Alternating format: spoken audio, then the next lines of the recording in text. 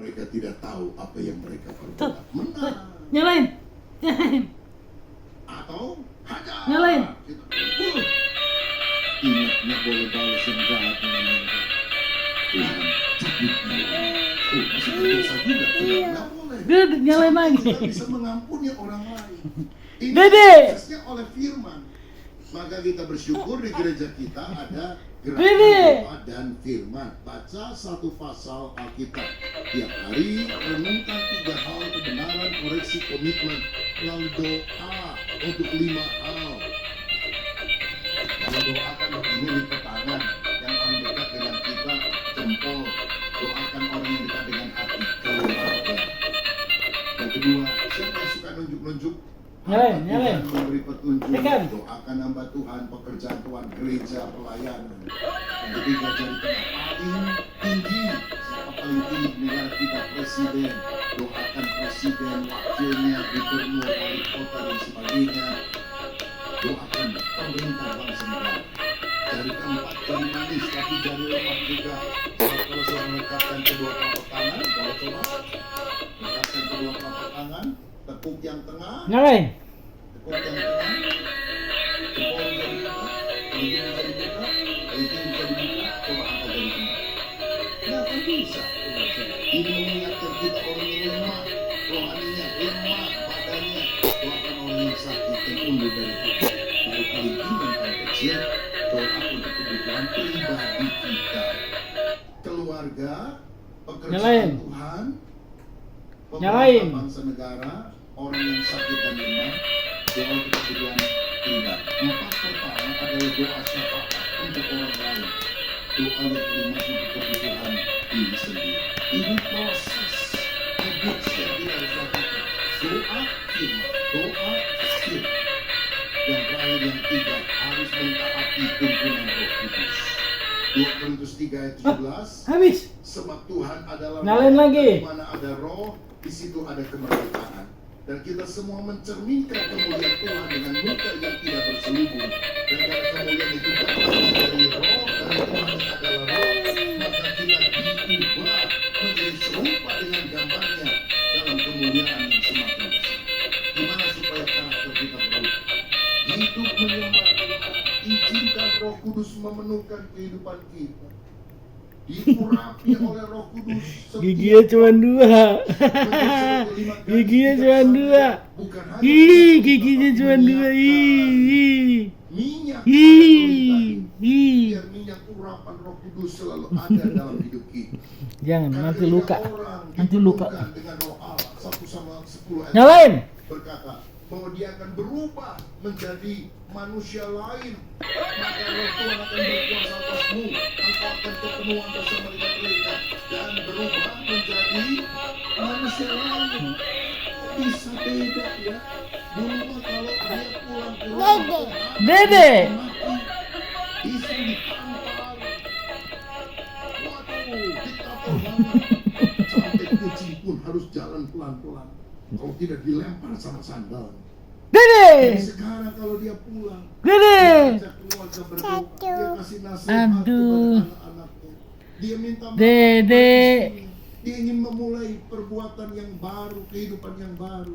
Kok bisa berubah? Bukan karena nasihat orang. Dede. Bukan karena diancam oleh senapan.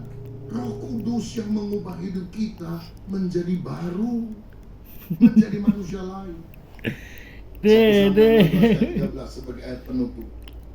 Samuel mengambil tabung tanduk yang berisi minyak itu dan mengurapi Daud di tengah-tengah saudara-saudaranya. Sejak hari itu dan seterusnya berkuasalah roh Sayang Tuhan Bapak, atas sayang roh Bapak. Daud. Daud diurapi oleh Tuhan dengan minyak urapan oleh Nabi Samuel. Sayang lu Dan Bapak. setelah dia diurapi Roh Kudus Sayang lu itu, Bapak. dia mengusir setan. Karena waktu Sayang Saul lu. kerasukan setan, dia mainkan kecapi, setan pergi. Dia mengalahkan Goliat, tantangan besar. Iya, ada dalam kecoa. kehidupan. Ih, ada kecoa Dia itu. menjadi Ih. raja. Ih, Urapan kecoa. Roh Kudus Ih. turun dalam kehidupan kita. Tiap hari minta Roh Kudus mengurapi kita.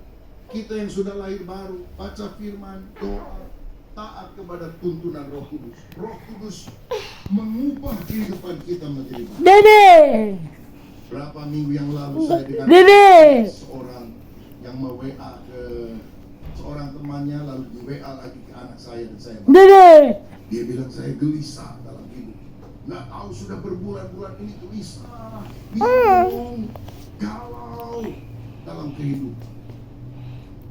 Tapi saya ingat satu kali, dia bilang Pak Rubin khotbah lalu mengundang orang-orang yang ada masalah untuk maju ke depan, didoakan, ditumpang tangan, dan pada waktu ditumpang tangan dalam nama Yesus, saya rasa kelepasan, kelegaan yang luar biasa. Saya jadi mantap hatinya, beban rasanya lepas semua. Dan sejak itu kegalauan itu hilang. Dan saya mau bilang, itu bukan karena doa hamba Tuhan yang hebat, itu bukan karena tangan ditumpahkan. Dede. Intinya Roh Kudus datang dan masuk dalam kehidupan.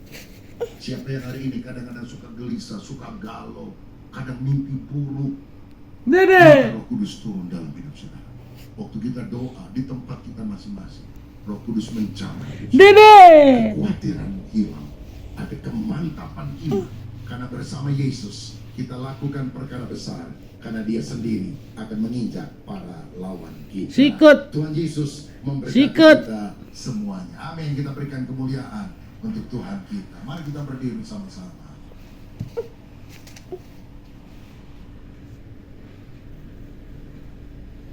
Dede tidurnya nungging. Dede tidurnya nungging.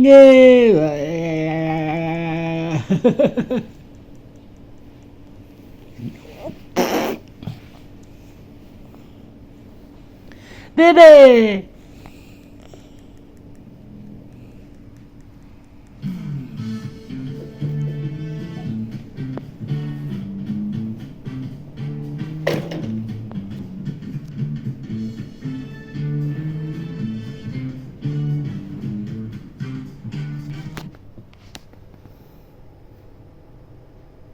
Dede.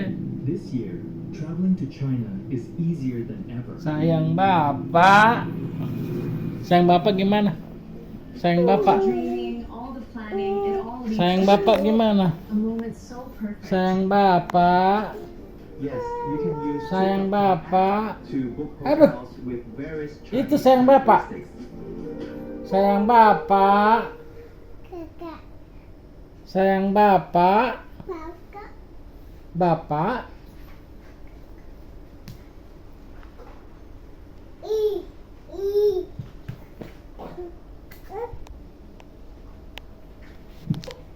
Selamat pagi jemaat yang dikasihi Tuhan, Shalom.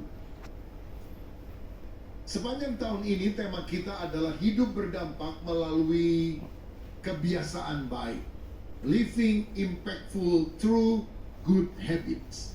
Dan dalam ibadah ini saya akan menyampaikan firman dengan judul menjadi pribadi yang berdampak. Dede. Saya Tuhan ingin agar kita menjadi pribadi Dede. yang unggul, yang hidup di atas rata-rata, yang berdampak dan berhasil Dah. melaksanakan rencana. Bangunlah. Orang-orang itu seperti Yusuf, Musa, Lihat nih. Daniel, Siapa ini? Daud, Paulus, dan sebagainya. Tapi satu tokoh yang hari ini kita akan bahas adalah Nehemia. Kita akan baca Nehemia 1 ayat 1 sampai 4. Riwayat Nehemia bin Hakalya pada bulan Kisleu tahun ke-20, ketika aku ada di Puri Susan, datanglah Hanani, salah seorang dari saudara-saudaraku, dengan beberapa orang dari Yehuda. Aku menanyakan mereka tentang orang-orang Yahudi yang terluput, yang terhindar dari penawanan, dan tentang Yerusalem. Kata mereka kepadaku, orang-orang yang masih tinggal di daerah sana Dede. yang terhindar dari penawanan ada dalam kesukaran besar dan dalam keadaan tercela. Tembok Yerusalem telah terbakar dan pintu-pintu gerbangnya telah terbakar. Ketika Dede. mendengar berita itu, duduklah aku menangis dan berkabung selama beberapa hari. Dede. Aku berpuasa dan berdoa kehadiran Tuhan 10 menit. semesta langit. 1, Amin. 2, Nehemia adalah Three. seorang juru minuman raja. 4. Posisi Dede. yang sangat penting dan strategis, karena apapun yang mau disantap oleh raja harus Ini. dicoba oleh Siapa? Nehemia supaya raja tidak diracun orang. Berarti Nehemia ini orang yang sangat dipercaya oleh raja, tinggalnya di istana, gajinya pasti Dede. besar, semuanya terjamin.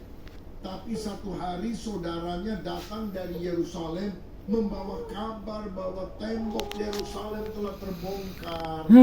Lalu pintu-pintu gerbangnya sudah terbakar. Dede. Sehingga penyamun-penyamun Dede. bisa datang ke kota itu menjara dari rumah Ya. ke rumah karena tidak ada benteng pertahanan sama sekali.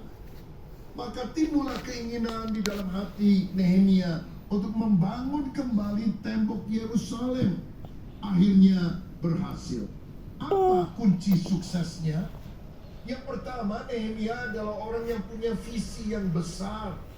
Dia tidak mempertahankan status quo, comfort zone. Dia beralih pada faith zone, zona iman. Dia melakukan sesuatu untuk kemuliaan Tuhan dan mendatangkan berkat bagi banyak orang.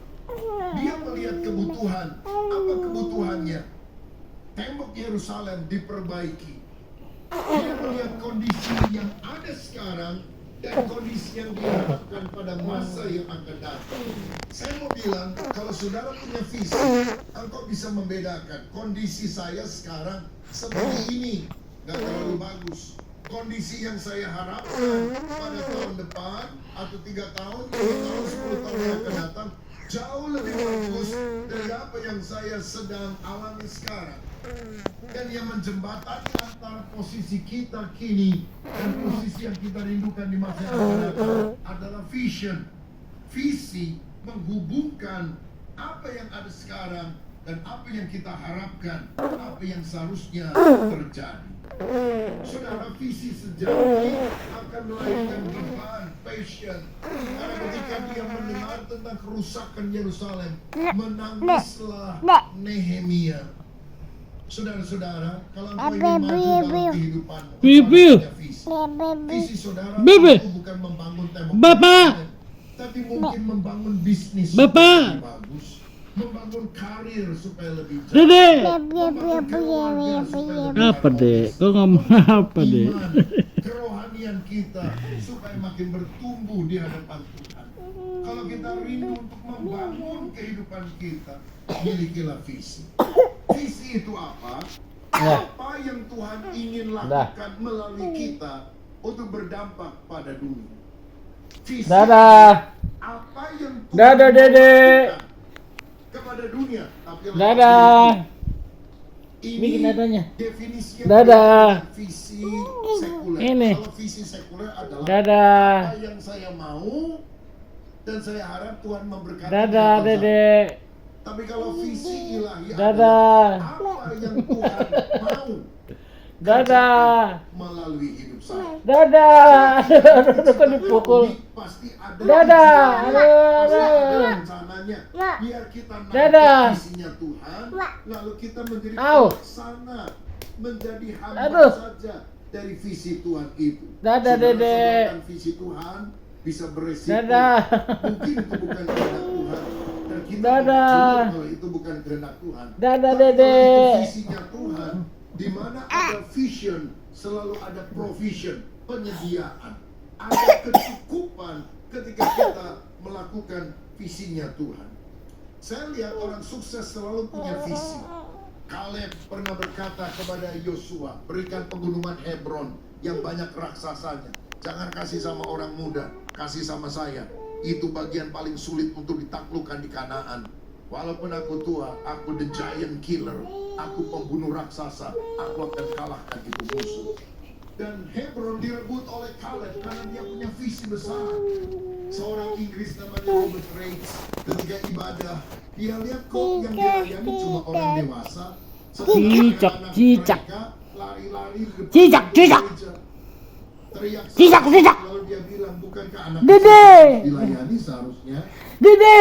Tapi majelis bilang kami nggak tahu cara melayaninya, nggak punya kurikulum dan tidak ada gereja lain yang melakukan hal seperti itu.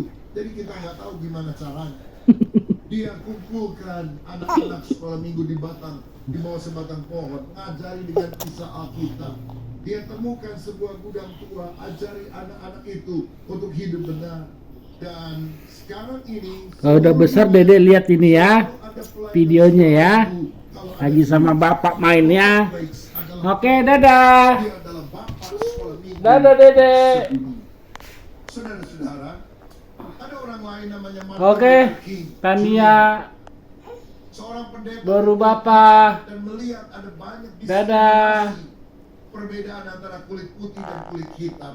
Maka Hari kemudian ini dia mulai turun tanggal ke berapa, jalan, Dede? ke kampus, dan dia meneriakkan sebuah pidato dengan judul I have a dream. Nah, Aku berapa? punya sebuah mimpi. Satu Ya, kali itulah. orang dinilai bukan karena warna kulitnya, tapi karena kualitas karakternya. Dan kalau Amerika pernah punya presiden kulit hitam yang namanya Barack Obama, karena visi yang dilontarkan oleh Martin Luther King Jr. Walt Disney kita Tanggal kenal sebagai 20 seorang gambar-gambar karikatur. November hari Donald Kamis. Duck, Peter Pan, 20 Bambi, November hari Kamis Mickey dengan Mouse. Dede Tania. 2 hari Kamis tanggal 20 November. Dadah. Dadah semua. Dia